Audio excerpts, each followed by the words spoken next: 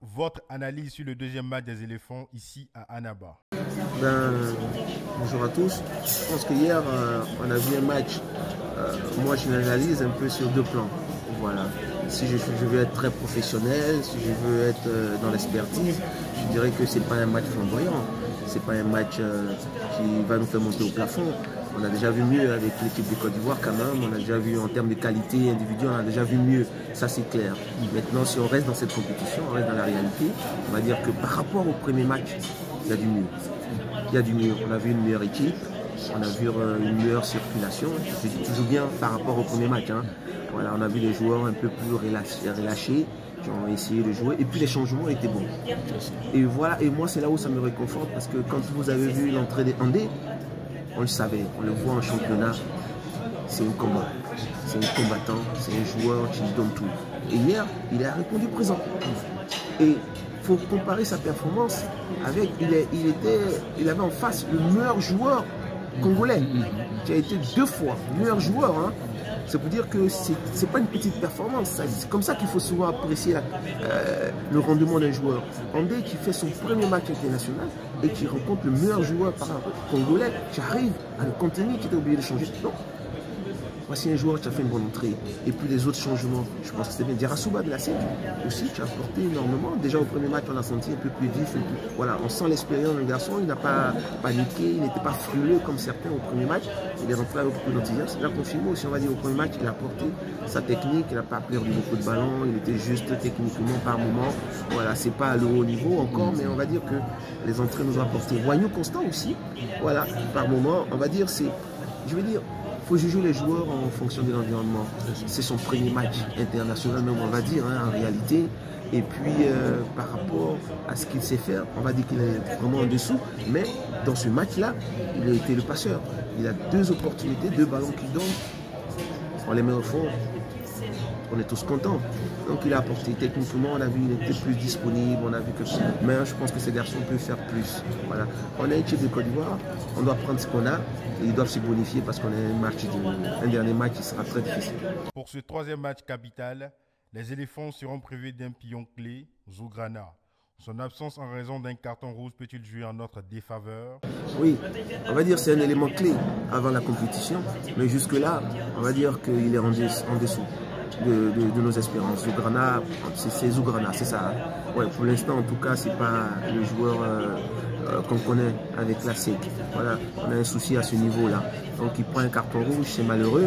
Mais ça donnera l'opportunité de voir un joueur comme Semino, par exemple, ou bien d'autres joueurs qui vont rentrer et puis peut-être apporter leur fraîcheur, leur technicité au milieu de terrain. Donc, voilà, c'est peut-être un mal pour un bien.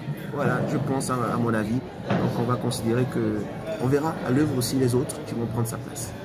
Vous qui étiez attaquant, comment pouvez-vous expliquer ce manque d'efficacité? Je pense que, et c'est là où on aura l'occasion de parler, hein, parce qu'en pleine compétition, il faut qu'on apprenne à se calmer et puis à laisser l'équipe jouer. Il ne faut pas perturber les entraîneurs, les joueurs.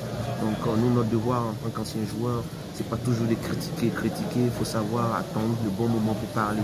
C'est pour ça que depuis, je m'étais et j'attends le premier tour. On fera le bilan, on a le temps. Voilà. Pour le moment, il faut encourager ces jeunes-là à aller jusqu'au bout. C'est pour ça que le moment, en tout cas en termes de choix des joueurs, c'est l'entraîneur qui a fait ses choix. Bon, aujourd'hui, on voit que ces choix ne sont pas forcément les meilleurs. C'est là où j'ai un souci parce qu'on jugera le championnat ivoirien sur ce que ces garçons ont produit ici. Mais je ne suis pas sûr que ce soit les meilleurs éléments du football ivoirien qui sont ici actuellement. À mon niveau, en tout cas personnellement, moi qui suis le championnat pratiquement tous les week-ends, j'ai un doute. C'est là où, au niveau des attaquants, on a un gros problème. Romaric, qui est, on va dire, l'attaquant qui était en première ligne, il est blessé. Derrière, on retrouve les jeunes joueurs qui, à mon avis, ne sont pas les meilleurs sur le plateau ivoirien. Il y a d'autres qui sont restés au pays, qui auraient pu être plus efficaces peut-être et apporter un peu plus dans l'impact physique même déjà, dans la combativité. Je pense qu'on n'a pas pris les meilleurs à mon avis. J'ai un petit souci avec ça, mais je pense qu'on aura le temps de faire ce débat. C'est un peu compliqué de ne pas marquer de but. Oui, et c'est là où, quand je disais tantôt, il faut savoir apprécier la circonstance du match.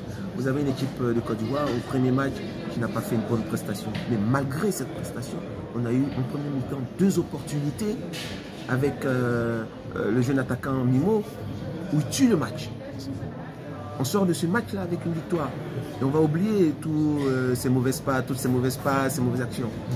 Donc le réalisme nous a manqué. Vous comprenez? Malgré la piètre qualité de jeu. On a des occasions, on a des opportunités. Ce second match-là, c'est pareil. Ce match-là, on le tue tranquillement. On a un buteur, des buteurs qu'on a toujours eu en Côte d'Ivoire. On a tous les joueurs qui finissaient les actions. Cette fois-ci, on a un déficit. On a un déficit parce que, et je le répète, je ne suis pas sûr que ce soit les meilleurs joueurs offensifs qui soient actuellement dans l'équipe. Vous voyez qu'on arrive à défensivement à tenir la baraque avec l'entrée d'Andé. À toi, on va dire qu'il garde toujours son niveau. Hein. C'est pas flamboyant comme on le connaît, mais il est toujours à son niveau. À toi, défense centrale, à mon avis, on peut faire mieux.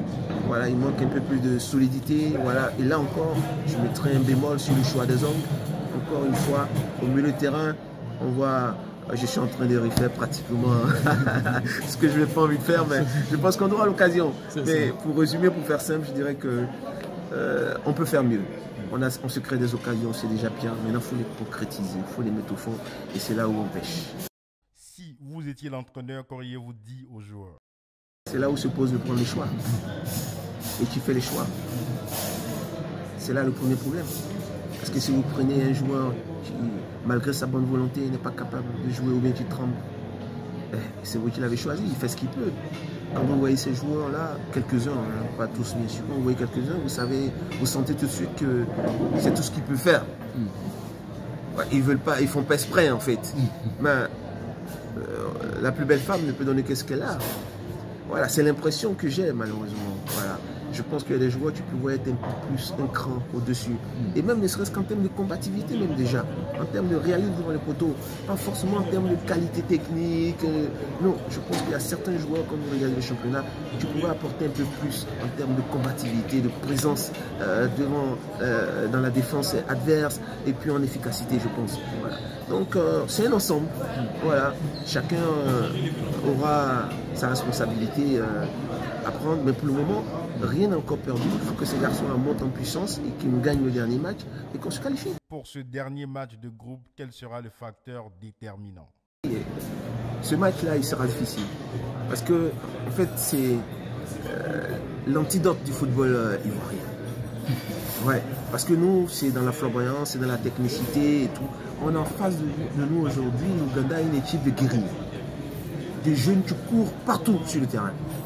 Ils ont mis un gros pressing contre les Congolais, ils ont empêché les Congolais de jouer, ils ont fait pareil contre les Sénégalais, mais les Sénégalais ont élevé leur niveau de jeu, qui a permis au Sénégal de revenir dans le match, de posséder le ballon, ils ont eu un pénalty, ils ont raté, ils ont eu des opportunités, ils ont aussi raté. C'est pour ça qu'ils sont retrouvés dans cette situation-là après. Sinon, le Sénégal pouvait gagner ce match tranquillement. Ils ont mis en difficulté les Ougandais, qui ont été très combatifs, ils ont marqué un but, et puis après c'était fort à l'amour, ils ont résisté comme des malades, et ils ont tenu le match. Donc on aura en face de nous des guerriers. Pour pouvoir battre ces guerriers-là, ce n'est pas dans la combativité. On ne pourra pas les battre dans la combativité parce qu'eux, ils ont ça en eux, ils ont cet ADN-là. Où on peut les avoir, c'est dans la qualité technique, dans la qualité de notre jeu. Et c'est là où on attend les éléphants. Il faut qu'ils élèvent forcément leur niveau. Il faut que ces joueurs-là montrent toutes les qualités techniques pour pouvoir prendre à défaut ces joueurs ougandais. C'est la seule solution. Sinon, physiquement, on ne pourra pas. Dans la combativité, on ne pourra pas. Il faudra rester présent, évidemment, mais prendre le dessus en termes de qualité de jeu. C'est tout ce qui pourra nous sortir de là.